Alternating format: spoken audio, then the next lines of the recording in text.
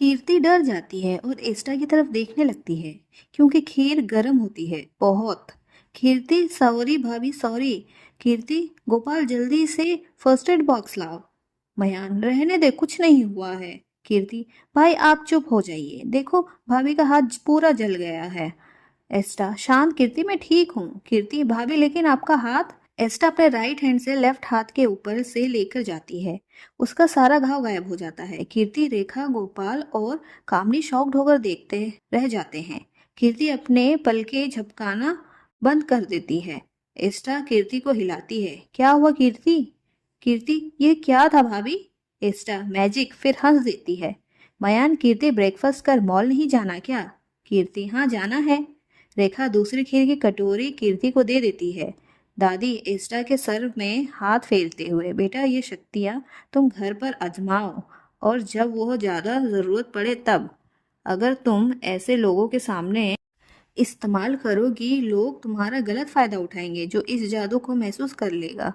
तुम्हें पता है बाहर तुम्हारे लिए कितना खतरा है? एस्टा हाँ दादी मैं समझ गई। दादी एस्टा के माथे को चूम लेती है। काजल हमारे घर में जितने भी शीशे हैं उन्हें घर से निकलवा दो और वॉशरूम और गेस्ट रूम में शीशा रहेगा, लेकिन यह बात याद रखना कभी भी ऐसा काम एस्टा को मत देना जिस वजह से उसे शीशे के सामने जाना पड़े, क्योंकि मयान के बचपन के दोस्त की माँ यहाँ कल आ रही है। तुम्हें पता है वो कैसी औरत है। वो जानबूझकर एस्टा को तंग जरूर करेगी क्योंकि उसकी बेटी से हमने जो उसकी शादी नहीं करवाई, वो एस्टा से बदला जरूर लेगी। इसलिए बेटा तुम खासकर उससे दूर रहना और उसके सामने तुम्हारे राज के बारे में पता नहीं चलना चाहिए। ब्रेकफास्ट करने के बाद सब अपने काम में बिजी हो जाते हैं। मयान एस्टा और कीर्ति मॉल के लिए निकल जाते हैं। कीर्ति एस्टा से बहुत सारी बातें कर रही होती है। एस्टा भी मुस्कुरा कर कीर्ति से बातें कर रही होती है। एस्टा को खुश होता हुआ बातें करता हुआ देखकर मयान आज बहुत खुश होता है क्योंकि इंसान बने हुए उसका आज दूसरा दिन होता है और दोनों बहुत खुश होते हैं। आखिर इतने मुश्किलों के बाद से उन दोनों को एक साथ रहने का मौका जो मिला है।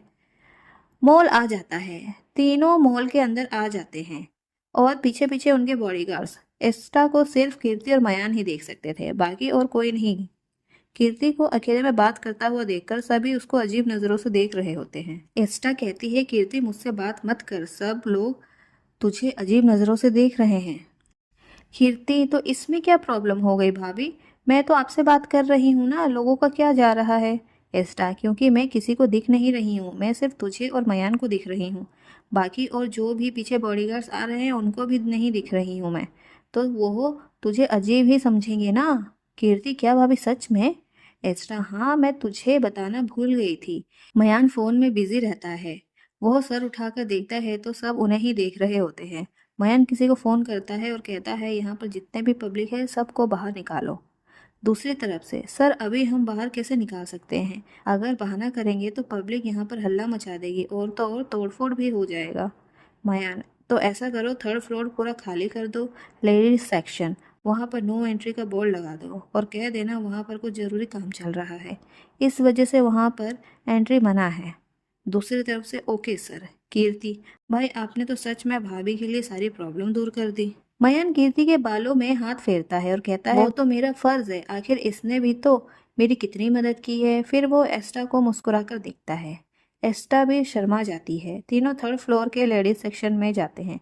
वहां पर सेल्स गर्ल्स होती हैं। कीर्ति अपने लिए ड्रेसेस देखती है। एस्टा भी अपने लिए साड़ियाँ देखने लगती है और सूट देखने लगती है। मयान एस्टा और कीर्ति को देख रहा होता है। वो दोनों को जो पसंद आता है वो ले लेता है। एस्टा को जो पसंद होता है वो कीर्ति को लाने बोलती है। ट्रायल रूम थोड़ी अंदर होने की वजह से कीर्ति एस्टा के लिए सारे कपड़े लेकर जाती है और दोनों अलग अलग ट्रायल रूम में चले जाते हैं। वहां पर अपने ड्रेसेस चेक करते हैं। सब कुछ पसंद करने के बाद एस्टा अपने ड्रेस को कीर्ति के हाथ में पकड़ा देती है और कहती है जा जाकर यह पैक करवा देना। एस्टा फिर कीर्ति के पीछे पीछे जाती है। वहां पर करीबन 7-8 कपड़े होते हैं, आधे एस्टा के आधे कीर्ति के। मयान और कपड़े लेना है तो ले ले छोटी। कीर्ति बाद में आकर ले लूंगी भाई, अभी इतने ठीक है। कीर्ति बिल कितना हुआ? Sales girl 5,85,800 rupees. यह सुनकर एस्टा का मुंह खुला का खुला रह जाता है। एस्टा इतना महंगा शॉपिंग मैंने आज तक अपनी जिंदगी में नहीं की थी। मैं तो 300-500 में ही अपनी शॉपिंग कर लेती थी।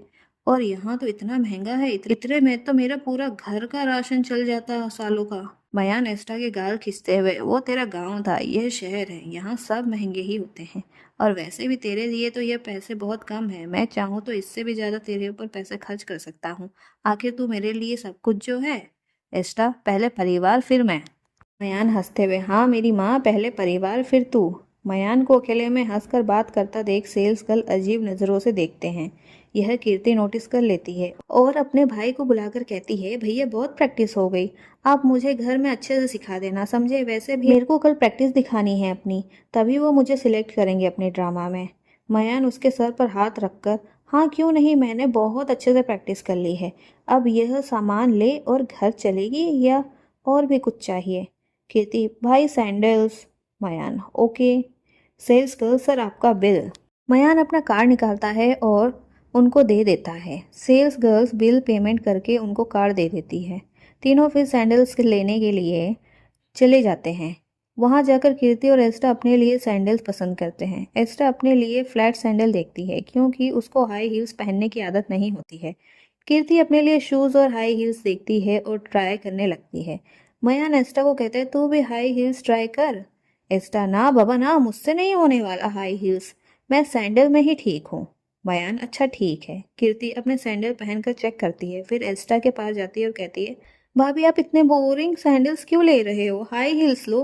एस्टा, नहीं कीर्ति, मुझसे नहीं चला जाएगा इससे, मैंने कभी इसमें चला नहीं है। कीर्ति, अच्छा भाभी मैं सिखा देती हूँ, आप पहनिए तो पहले।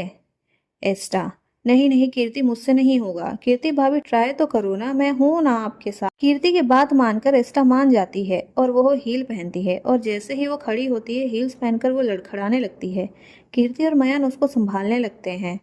कीर्ति, भाई आप मेरा हाथ अच्छे से पकड़ो। एस्टा कीर्ति का हाथ अच्छे से पकड़ती है और दूसरी तरफ मयान का हाथ पकड़ती है। फिर दोनों उसको चलने के लिए मदद करते हैं।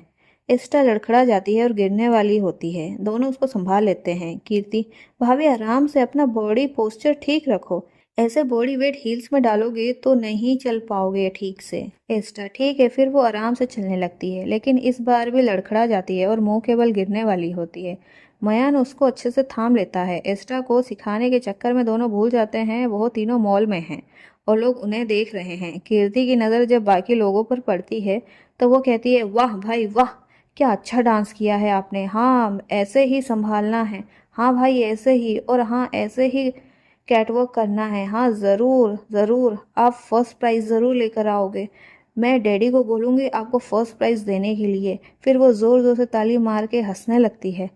मयान और उसके सर पर मारता है और कहता है, कैट वॉक तेरा है, मेरा नहीं, मैं तुझे सिखा रहा था और तू मेरे ऊपर ही हंस रही है, तुझे तो मैं बताता हूँ, रुक जा। वो उसको मारने वाला होता है, वैसे ही कीर्ति छुप जाती है।